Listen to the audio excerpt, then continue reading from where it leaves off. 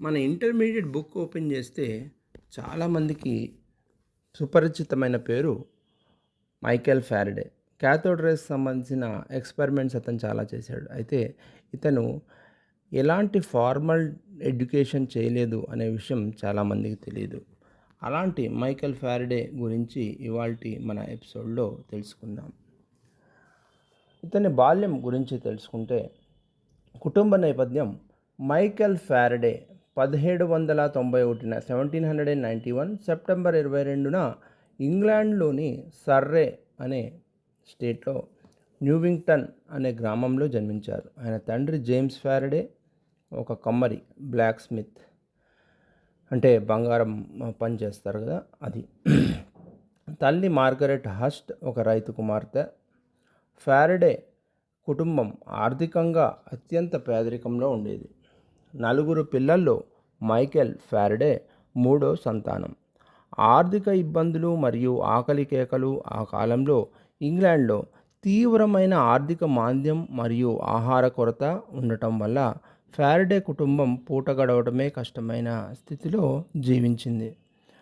కొన్నిసార్లు వారానికి కేవలం ఒక లోఫ్, అంటే ఒక రొట్టె ముక్క మాత్రమే, ఒక బ్రెడ్ మాత్రమే తిని అందరికీ సరిపెట్టుకోవాల్సి వచ్చేది. అలాంటి దయనీయ పరిస్థితుల వల్ల ఫ్యారడే చిన్నతనంలో పౌష్టికాహార లోపంతో పాటు అనేక ఇబ్బందులను కూడా ఎదుర్కొన్నాడు. పాఠశాల విద్యకు దూరం.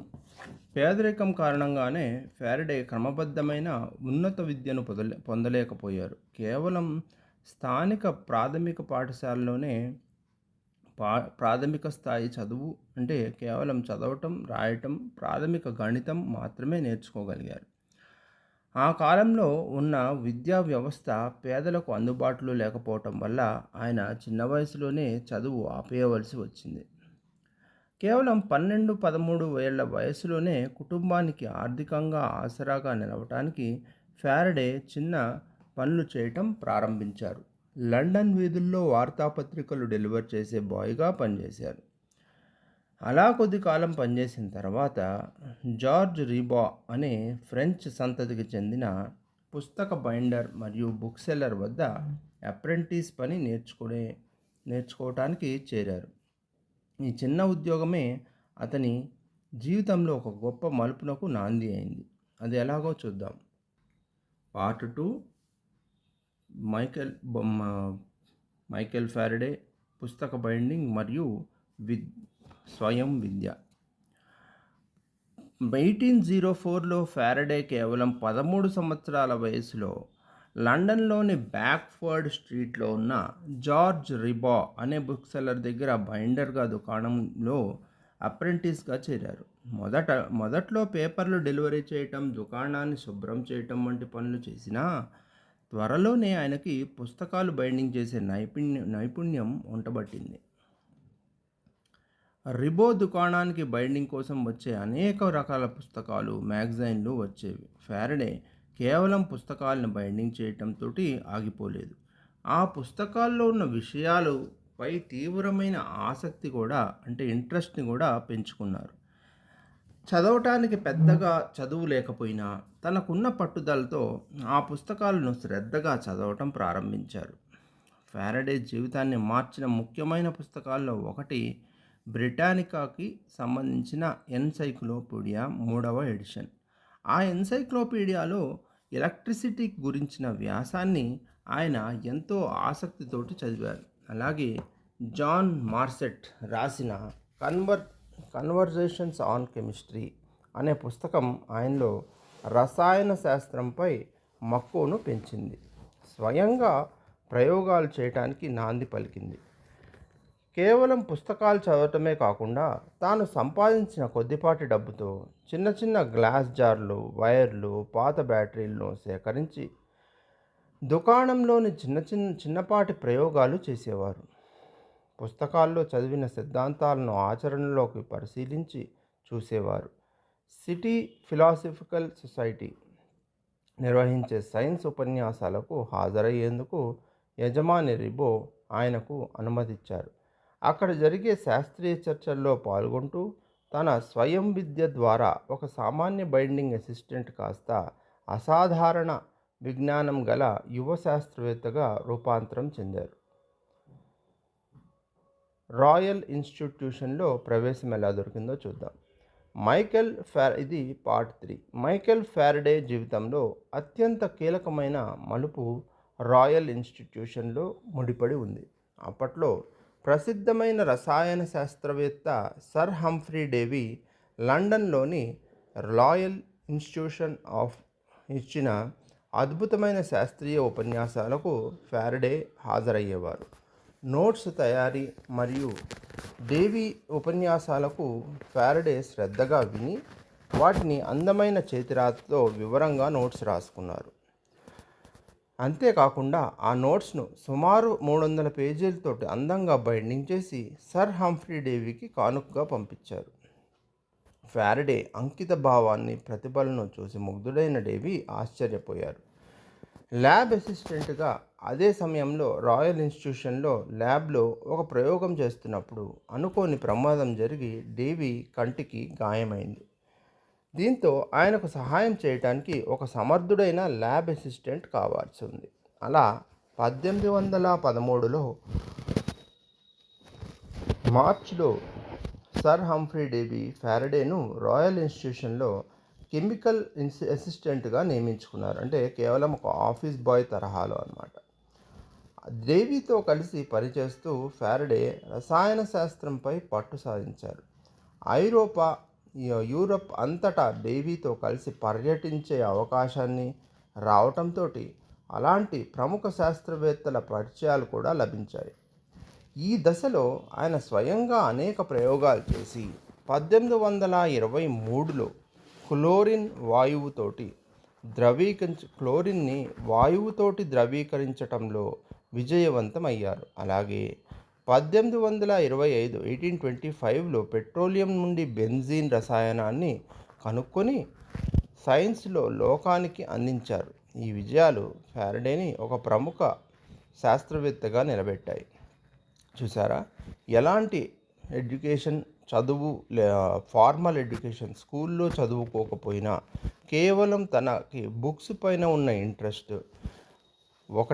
ఇంట్రెస్ట్ ఒకటైతే హంఫ్రీ డేవి అనే సైంటిస్ట్ క్లాస్ అటెండ్ అవ్వటం అనేది రెండో ఫ్యాక్టర్గా ఈ రెండు విషయాలు మైకేల్ ఫ్యారడే జీవితంలో మలుపుని తిప్పాయి. అలా మనం ఏది లేదు అనుకుంటామో అది వదిలేసి మనకు ఏది ఇంట్రెస్ట్ ఉందో వాటిపైన ఫోకస్ చేస్తే ఖచ్చితంగా మనకు కూడా జీవితంలో ఏదో ఒక మలుపు దొరుకుతుంది.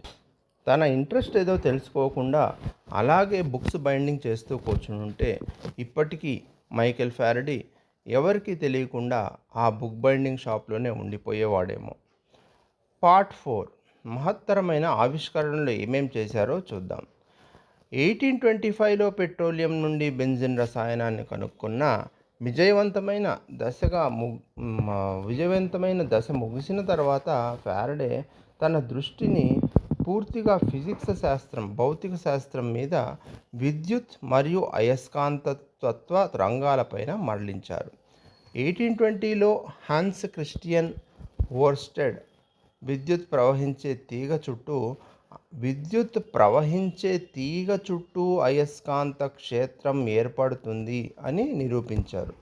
అయితే దీన్ని ఆధారం చేసుకొని అయస్కాంతం ద్వారా విద్యుత్తును ఉత్పత్తి చేయవచ్చా అనే ఆలోచనపైన ఫ్యారడే తీవ్రంగా ప్రయోగాలు ప్రారంభించారు. 1821లో విద్యుత్ మరియు అయస్కాంతపు బలాలను ఉపయోగించి ఒక వస్తువును నిరంతరం తిరిగేలా చేయటం ఫ్యారడే విజయం సాధించారు. దీని ద్వారా 1821లో మొట్టమొదటి ఎలక్ట్రిక్ మోటార్ను ఆవిష్కరించారు. ఇది ఆధునిక యాంత్రిక యుగానికి ఒక గొప్ప నాందిగా పలికింది. ఆ తర్వాత 1831 ఒక దశాబ్ద కాలం తర్వాత 1831 ఆగస్టు 29న ఫ్యారడే తన జీవితంలోని అత్యుత్తమ ఆవిష్కరణను సాధించారు. కదులుతున్న అయస్కాంతం ద్వారా తీగ చుట్టూ విద్యుత్ ప్రవాహం పుట్టించవచ్చని.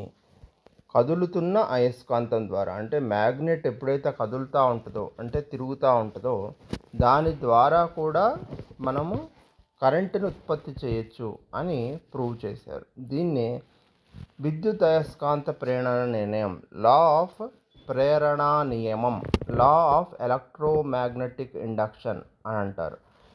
ఈ సిద్ధాంతం ఆధారంగానే అతను డైనమో జనరేటర్ను రూపకల్పన చేశారు.